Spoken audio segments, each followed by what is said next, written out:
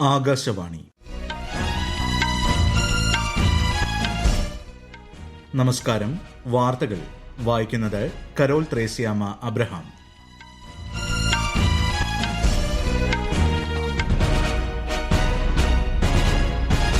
പ്രധാന വാർത്തകൾ. പ്രധാനമന്ത്രി നരേന്ദ്രമോദി ഇന്ന് വൈകിട്ട് രാഷ്ട്രത്തെ അഭിസംബോധന ചെയ്യും. പ്രധാനമന്ത്രി നാളെ അരുണാചൽ പ്രദേശും ത്രിപുരയും സന്ദർശിക്കും. 5100 കോടി രൂപയുടെ വിവിധ വികസന പദ്ധതികൾക്ക് തുടക്കം കുറിക്കും. ചരക്ക് സേവന നികുതി നിരക്കുകളിൽ കേന്ദ്ര സർക്കാർ ഏർപ്പെടുത്തിയ പരിഷ്കാരങ്ങൾ നാളെ മുതൽ പ്രാബല്യത്തിൽ. ശ്രീനാരായണ ഗുരുവിന്റെ 98ാം സമാധി ഇന്ന്. മനുഷ്യരെ ഒന്നിപ്പിക്കാനായി ഗുരു നടത്തിയ പ്രയത്നങ്ങൾ കൂടുതൽ കരുത്തോടെ തുടരണമെന്ന് മുഖ്യമന്ത്രി പിണറായി വിജയൻ. മറവി രോഗത്തെപ്പറ്റി ചോദ്യങ്ങൾ ഉന്നയിക്കൂ എന്ന പ്രമേയവുമായി ഇന്ന് ലോക അൽഷിമേഴ്സ് ദിനം. ഏഷ്യ കപ്പ് ക്രിക്കറ്റ് സൂപ്പർ 4 മത്സരത്തിൽ ഇന്ന് ഇന്ത്യ പാക് പോരാട്ടം. വാർത്തകൾ വിശദമായി. പ്രധാനമന്ത്രി നരേന്ദ്രമോദി ഇന്ന് രാഷ്ട്രത്തെ അഭിസംബോധന ചെയ്യും. വൈകിട്ട് 5 മണിക്കാണ് അഭിസംബോധന. പ്രധാനമന്ത്രി നരേന്ദ്രമോദി നാളെ അരുണാചൽ പ്രദേശും ത്രിപുരയും സന്ദർശിക്കും. സന്ദർശന വേളയിൽ 5100 കോടി രൂപയിലധികം വരുന്ന ഒന്നിലധികം വികസന പദ്ധതികൾ ശ്രീ മോദി ഉദ്ഘാടനം ചെയ്യും. അരുണാചൽ പ്രദേശിൽ 3700 കോടി രൂപയിലധികം വിലമതിക്കുന്ന 2 പ്രധാന ജലവൈദ്യുത പദ്ധതികൾക്ക് അദ്ദേഹം തറക്കല്ലിടും. തവാങ്ങിൽ ഒരു അത്യാധുനിക കൺവെൻഷൻ സെന്ററിന്റെ ശിലാസ്ഥാപനവും ശ്രീ മോദി നിർവഹിക്കും. വിവിധ മേഖലകളിൽ ഒന്നിലധികം അടിസ്ഥാന സൌകര്യ പദ്ധതികളും പ്രധാനമന്ത്രി ഉദ്ഘാടനം ചെയ്യും. കൂടാതെ ഇറ്റാനഗറിൽ ഒരു പൊതുസമ്മേളനത്തെ അഭിസംബോധന ചെയ്യുകയും പ്രാദേശിക നികുതിദായകരുമായും വ്യാപാരികളുമായും വ്യവസായ പ്രതിനിധികളുമായും സംവദിക്കുകയും ചെയ്യും. ത്രിപുരയിൽ മാതാ ത്രിപുര സുന്ദരി ക്ഷേത്ര സമുച്ചയത്തിന്റെ വികസന പ്രവർത്തനങ്ങൾ പ്രധാനമന്ത്രി ഉദ്ഘാടനം ചെയ്യും. ഔദ്യോഗിക സന്ദർശനത്തിനായി രാജ്യരക്ഷാമന്ത്രി രാജ്നാഥ് സിംഗ് മൊറോക്കോയിലേക്ക് തിരിച്ചു. ഇന്ത്യയും മൊറോക്കോയും തമ്മിലുള്ള തന്ത്രപരമായ ബന്ധം ഊട്ടിയുറപ്പിക്കുന്നതാണ് സന്ദർശനം. ഉത്തരാഫ്രിക്കൻ രാഷ്ട്രത്തിലേക്കുള്ള രാജ്യരക്ഷാമന്ത്രിയുടെ ആദ്യ സന്ദർശനമാണ് ഇത്. പ്രതിരോധ തന്ത്രപര വ്യവസായ സഹകരണം ശക്തിപ്പെടുത്തുന്നതിനായി മൊറോക്കൻ പ്രതിരോധ മന്ത്രിയുമായും വ്യവസായ മന്ത്രിയുമായും ഉഭയകക്ഷി ചർച്ച നടത്തും. റാബത്തിലെ ഇന്ത്യൻ സമൂഹവുമായും അദ്ദേഹം സംവദിക്കും. പൊതുസേവനവും സദ്ഭരണവും മുഖമുദ്രയാക്കി കേന്ദ്ര സർക്കാർ കഴിഞ്ഞ 11 വർഷത്തിനിടെ നടപ്പാക്കിയ പ്രവർത്തനങ്ങളിൽ സുരക്ഷിത ഡിജിറ്റൽ പണമിടപാടുകൾ യാഥാർത്ഥ്യമാക്കിയ UPI വിപ്ലവത്തെക്കുറിച്ചാണ് പ്രത്യേക പരമ്പരയായ സേവാ പർവിൽ ഇന്ന്.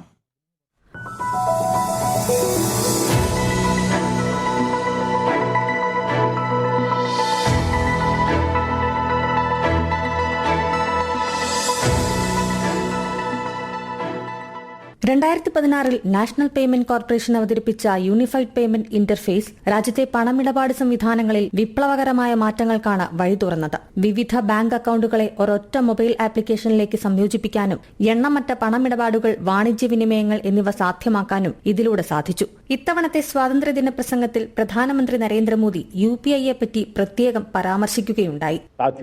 आज दुनिया में सोशल मीडिया कहो, बाकी प्लेटफॉर्म कहो, दुनिया के प्लेटफॉर्म पर हम काम कर रहे हैं. दुनिया ने हमने दिखा दिया है. UPI का हमारा प्लेटफॉर्म आज दुनिया को अजोबा कर रहा है. हमारे में सामर्थ्य है. रियल टाइम ट्रांजैक्शन में 50% अकेला भारत UPI के माध्यम से करता है. इसका मतलब की ताकत है. क्रिएटिव वर्ल्ड हो, सोशल मीडिया हो, ये जितने भी प्लेटफॉर्म्स है. 2025 ഓഗസ്റ്റിൽ മാത്രം 20 ബില്യൺ ഇടപാടുകളാണ് ഇതിലൂടെ നടന്നത്. നിലവിൽ UAE, Singapore, Nepal, Sri Lanka, France അടക്കമുള്ള രാജ്യങ്ങളിലും UPI പ്രവർത്തനം ലഭ്യമാണ്. രാജ്യത്ത് സാമ്പത്തിക ഉൾച്ചേർക്കൽ സാക്ഷാത്കരിക്കാനും കറൻസി രഹിത സമ്പദ് വ്യവസ്ഥ എന്ന ലക്ഷ്യത്തിലേക്കുള്ള യാത്രയ്ക്ക് ആക്കം കൂട്ടാനും UPI പ്രധാന പങ്കാണ് വഹിച്ചത്.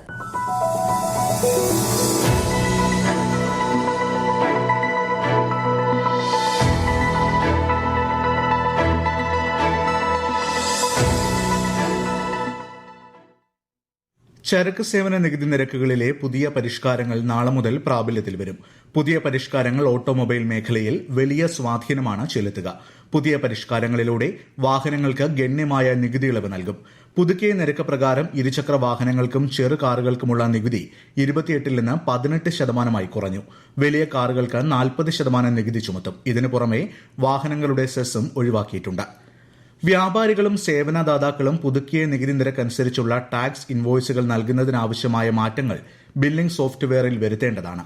സിഗരറ്റ്, ബീഡി, ഗുഡ്ക, പാൻ മസാല തുടങ്ങിയ ഉത്പന്നങ്ങളുടെ നികുതി നിരക്ക് 40% ഉയർത്തുവാൻ കൌൺസിൽ തീരുമാനമെടുത്തുവെങ്കിലും പ്രസ്തുത മാറ്റം നാളെ മുതൽ പ്രാബല്യത്തിൽ വരില്ല. ഇത് പിന്നീട് വിജ്ഞാപനം ചെയ്യും. കേന്ദ്രമന്ത്രി പീയൂഷ് ഗോയൽ പ്രതിനിധി സംഘത്തോടൊപ്പം നാളെ അമേരിക്ക സന്ദർശിക്കും. വ്യാപാര കരാർ സംബന്ധിച്ച ആദ്യഘട്ട ചർച്ചകൾക്കായിട്ടാണ് സന്ദർശനമെന്ന് വാണിജ്യ വ്യവസായ മന്ത്രാലയം പ്രസ്താവനയിൽ പറഞ്ഞു. ഈ മാസം 16-ന് US വ്യാപാര പ്രതിനിധി സംഘം ഇന്ത്യയിലെത്തുകയും വ്യാപാര കരാറുമായി ബന്ധപ്പെട്ട ചർച്ചകൾ നടത്തിയതായും മന്ത്രാലയം വ്യക്തമാക്കി. ഈ വാർത്തകൾ ആകാശവാണിയിൽ നിന്ന്. ആകാശവാണി വാർത്തകളും വാർത്താ അധിഷ്ഠിത പരിപാടികളും all India radio news Thiruvananthapuram YouTube ചാനലിലും all India radio news Thiruvananthapuram Facebook പേജിലും AIR ന്യൂസ് _തിരുവനന്തപുരം ഇൻസ്റ്റഗ്രാം അക്കൌണ്ടിലും AIR ന്യൂസ് _TVM X ഹാൻഡിലും ലഭ്യമാണ്. വികസിത ഭാരതമെന്ന ലക്ഷ്യം കൈവരിക്കുന്നതോടെ സമഗ്ര മേഖലയിലും ഇന്ത്യ ലോകത്തിന്റെ നെറുകയിലെത്തുമെന്ന് കേന്ദ്ര സഹമന്ത്രി ജോർജ് കുര്യൻ. തിരുവനന്തപുരത്ത് കാര്യവട്ടം LNCPയിൽ സൻസദ് ഖേൽ മഹോത്സവം ഉദ്ഘാടനം ചെയ്യുകയായിരുന്നു അദ്ദേഹം. കായിക രംഗത്ത് രാജ്യം മുന്നേറുകയാണെന്നും അദ്ദേഹം ചൂണ്ടിക്കാട്ടി. ശ്രീനാരായണ ഗുരുവിന്റെ 98ാം സമാധി ദിനാചരണം ഇന്ന്. ദിനാചരണത്തോടനുബന്ധിച്ച് വർക്കല ശിവഗിരി മഹാസമാധിയിലും ചെമ്പഴന്തി ഗുരുകുലത്തിലും അരുവിപ്പുറത്തും വിവിധ പരിപാടികൾ പുരോഗമിക്കുന്നു. സമാധി ദിനത്തിൽ ശ്രീനാരായണ ഗുരുവിന് ഗവർണർ രാജേന്ദ്ര വിശ്വനാഥ് അർലേക്കർ, മുഖ്യമന്ത്രി പിണറായി വിജയൻ തുടങ്ങിയവർ ശ്രദ്ധാഞ്ജലി അർപ്പിച്ചു. മനുഷ്യരെ ഒന്നിപ്പിക്കാനായി ഗുരു നടത്തിയ പ്രയത്നങ്ങൾ കൂടുതൽ കരുത്തോടെ തുടരണമെന്ന് മുഖ്യമന്ത്രി പറഞ്ഞു. ദാദാ സാഹിബ് ഫാൽക്കെ പുരസ്കാര നേട്ടം മലയാള സിനിമയ്ക്ക് സമർപ്പിക്കുന്നതായി നടൻ മോഹൻലാൽ. പുരസ്കാര നേട്ടത്തിൽ കേന്ദ്ര സർക്കാരിനും ജൂറിക്കും എല്ലാ സഹപ്രവർത്തകർക്കും വാർത്താ സമ്മേളനത്തിൽ അദ്ദേഹം നന്ദി അറിയിച്ചു. 48 വർഷത്തെ എന്റെ സിനിമാ ജീവിതത്തിലെ കിട്ടിയ ഏറ്റവും വലിയൊരു അവാർഡായിട്ട് ഞാൻ ഇതിനെ കാണുന്നു. ആദ്യം ഇതിന്റെ ജൂറിയോടും ഇന്ത്യൻ ഗവൺമെന്റിനോടുമുള്ള നന്ദി ഞാൻ അറിയിക്കുന്നു. എന്നെ ഞാനാക്കി മാറ്റിയ മലയാള സിനിമ, അതിൽ എന്നോടൊപ്പം പ്രവർത്തിക്കുന്നവർ, ഇനി പ്രവർത്തിക്കാൻ പോകുന്നവർ, അവർക്കൊക്കെ ഞാൻ നന്ദി പറയുന്നു. ഇത് വളരെ ഒരു പ്രസ്റ്റീജിയസ് അവാർഡും കൂടെയാണ്. അതിന്റെ ഒരു ഭാഗമാകാൻ കഴിഞ്ഞതിനുള്ള നന്ദി ആദ്യമായിട്ട് ഞാൻ എന്റെ ഈശ്വരനോടും എന്റെ കുടുംബത്തോടും എന്റെ പ്രേക്ഷകരോടും എന്നെ ഇഷ്ടപ്പെടുന്ന എല്ലാ ആൾക്കാരോടും ഞാൻ ഷെയർ ചെയ്യുന്നു. എന്റെ ഈ അവാർഡ് ഞാൻ മലയാള സിനിമയ്ക്ക് ഡെഡിക്കേറ്റ് ചെയ്യാണ്. സിനിമാ മേഖലയ്ക്ക് നൽകിയ സമഗ്ര സംഭാവനകൾ മുൻനിർത്തിയാണ് 2023 ഫാൽക്കെ പുരസ്കാരത്തിനായി മോഹൻലാലിനെ തെരഞ്ഞെടുത്തത്. മറ്റന്നാൾ നടക്കുന്ന 71ാമത് ദേശീയ ചലച്ചിത്ര അവാർഡ് ദാന ചടങ്ങിൽ പുരസ്കാരം സമ്മാനിക്കും. ഇന്ന് ലോക അൾഷിമേഴ്സ് ദിനം. കേരളത്തിൽ ഏകദേശം 2.2 ലക്ഷം പേർ അൾഷിമേഴ്സ് ബാധിച്ച് ചികിത്സയിൽ ഉണ്ടെന്നാണ് റിപ്പോർട്ട്. ദിനാചരണത്തോടനുബന്ധിച്ച് Alzheimer's and related disorders society of India തിരുവനന്തപുരത്തെ കവടിയാർ സ്ക്വയറിൽ സംഘടിപ്പിച്ച memory walk governor Rajendra Vishwanath Arlekar flag off ചെയ്തു. മറവി രോഗത്തെക്കുറിച്ച് അവബോധം വളർത്തുന്നതിനും കൃത്യമായ ചികിത്സ ഉറപ്പാക്കുന്നതിന്റെയും ആഗോള ശ്രമത്തിന്റെ ഭാഗമായാണ് എല്ലാ വർഷവും സെപ്റ്റംബർ 21-ന് ലോക അൾഷിമേഴ്സ് ദിനമായി ആചരിക്കുന്നത്. മറവി രോഗത്തെപ്പറ്റി ചോദ്യങ്ങൾ ഉന്നയിക്കൂ എന്നതാണ് ഇത്തവണത്തെ പ്രമേയം.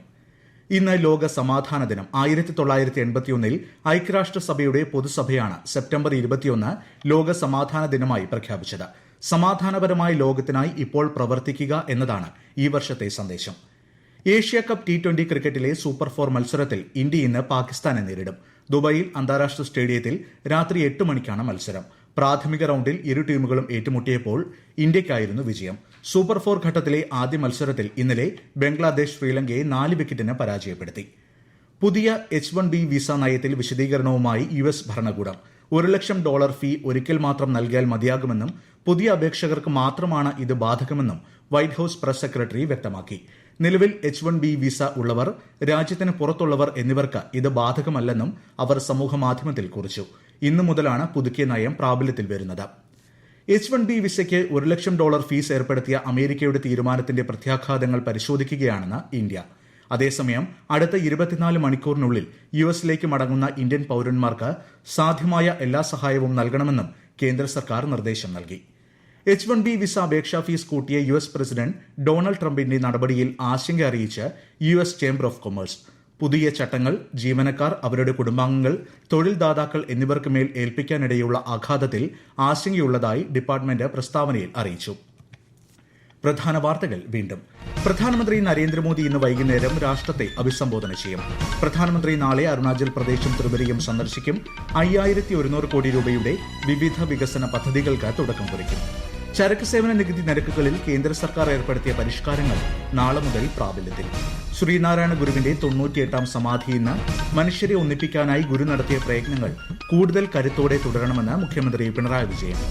മറവി രോഗത്തെപ്പറ്റി ചോദ്യങ്ങൾ ഉന്നയിക്കൂ എന്ന പ്രമേയവുമായി ഇന്ന് ലോക അൾഷിമേഴ്സ് ദിനം. ഏഷ്യ കപ്പ് ക്രിക്കറ്റ് സൂപ്പർ 4 മത്സരത്തിൽ ഇന്ത്യ ഇന്ന് പാകിസ്ഥാനെ നേരിടും. വാർത്തകൾ കഴിഞ്ഞു. അടുത്ത വാർത്ത പ്രക്ഷേപണം വൈകിട്ട് 6:30.